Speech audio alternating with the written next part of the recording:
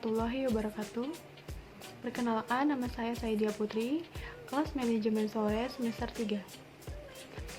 Yang saya hormati untuk Bapak Sunarto selaku pengajar Ekonomi Internasional di Universitas 17 Agustus 1945. Berikut ini saya akan menjelaskan materi tentang ekonomi internasional. Yang pertama, pengertian ekonomi internasional. Pengertian ekonomi internasional itu sendiri adalah suatu cabang dari disiplin ekonomi yang mempelajari dan menganalisis tentang transaksi dan permasalahan ekonomi secara internasional, meliputi perdagangan, ekspor dan impor, keuangan atau moneter, serta organisasi ekonomi swasta atau pemerintah, dan kerjasama antar negara. Sebagian dari ilmu ekonomi, permasalahan pokok yang dihadapi dalam ekonomi internasional juga sama dengan ilmu ekonomi, yaitu masalah kelangkaan produk dan masalah pilihan. Adapun tujuan dari ekonomi internasional.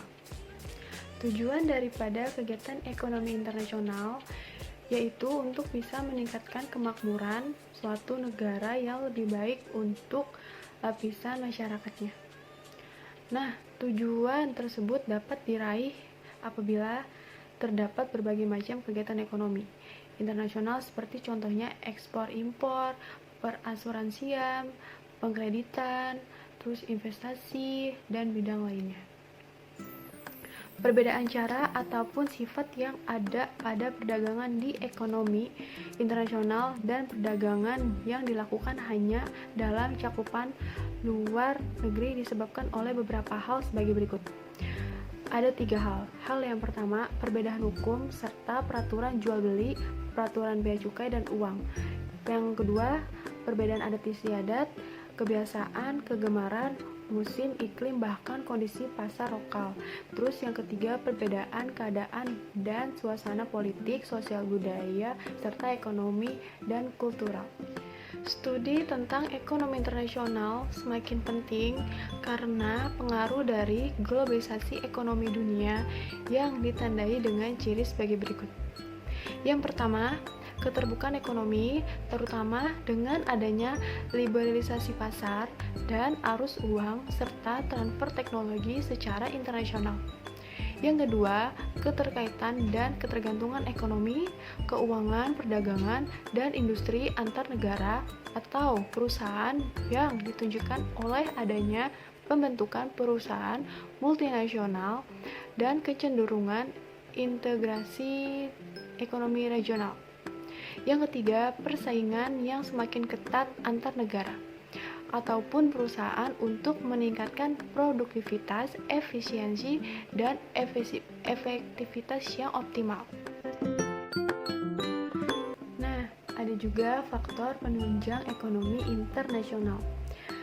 Selanjutnya, berikut ini adalah beberapa contoh sekiranya dapat mendorong sebuah negara untuk menunjang kegiatan ekonomi internasional, antara lain memiliki keinginan untuk dapat keuntungan yang tujuannya agar dapat meningkatkan pendapatan negara. Nah, ada juga memiliki kemampuan yang berbeda dalam bidang ilmu, pengetahuan, dan teknologi untuk dapat mengelola sumber daya. Terus ada pula memiliki kelebihan produk atau barang di dalam negeri sehingga melakukan ekonomi internasional merupakan hal yang tepat. Terus selanjutnya ada pula adanya perbedaan sumber daya alam, tenaga kerja, adat dan istiadat, iklim yang dimiliki suatu negara sehingga hasil atau jenis produksi dihasilkan antara negara satu dengan negara yang lainnya mengalami perbedaan. Selanjutnya, terdapat era globalisasi di mana tiap suatu negara tidak mungkin bisa hidup dengan sendirinya.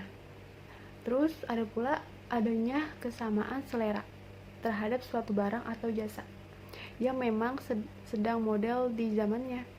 Terus ada pula adanya keinginan untuk dapat membuka suatu peluang kerja sama serta hubungannya dengan diplomatik yang dilakukan dengan masyarakat dari negara-negara lain.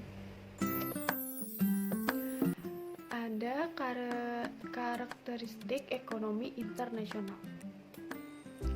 Ada beberapa hak yang perlu diketahui mengenai beberapa karakteristik sehubungan dengan ekonomi internasional sebagai berikut.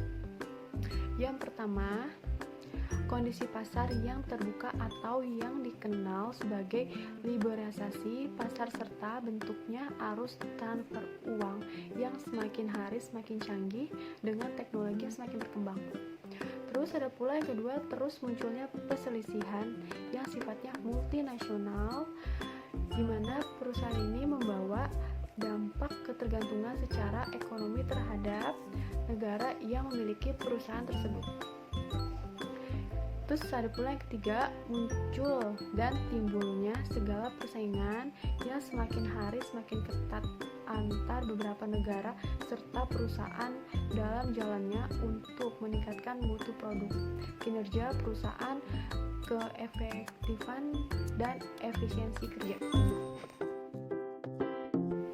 Adapun manfaat dari ekonomi internasional. Yang pertama, memperluas lapangan kerja. Terus selanjutnya untuk memenuhi kebutuhan barang atau jasa. Terus selanjutnya dapat memperoleh barang atau jasa dengan harga yang lebih murah. Selanjutnya mendorong kegiatan ekonomi dalam negeri. Selanjutnya merupakan sumber pendapatan bagi negara. Demikian materi yang saya sudah sampaikan. Kurang lebih mohon maaf. Akhir kata, wassalamualaikum warahmatullahi wabarakatuh.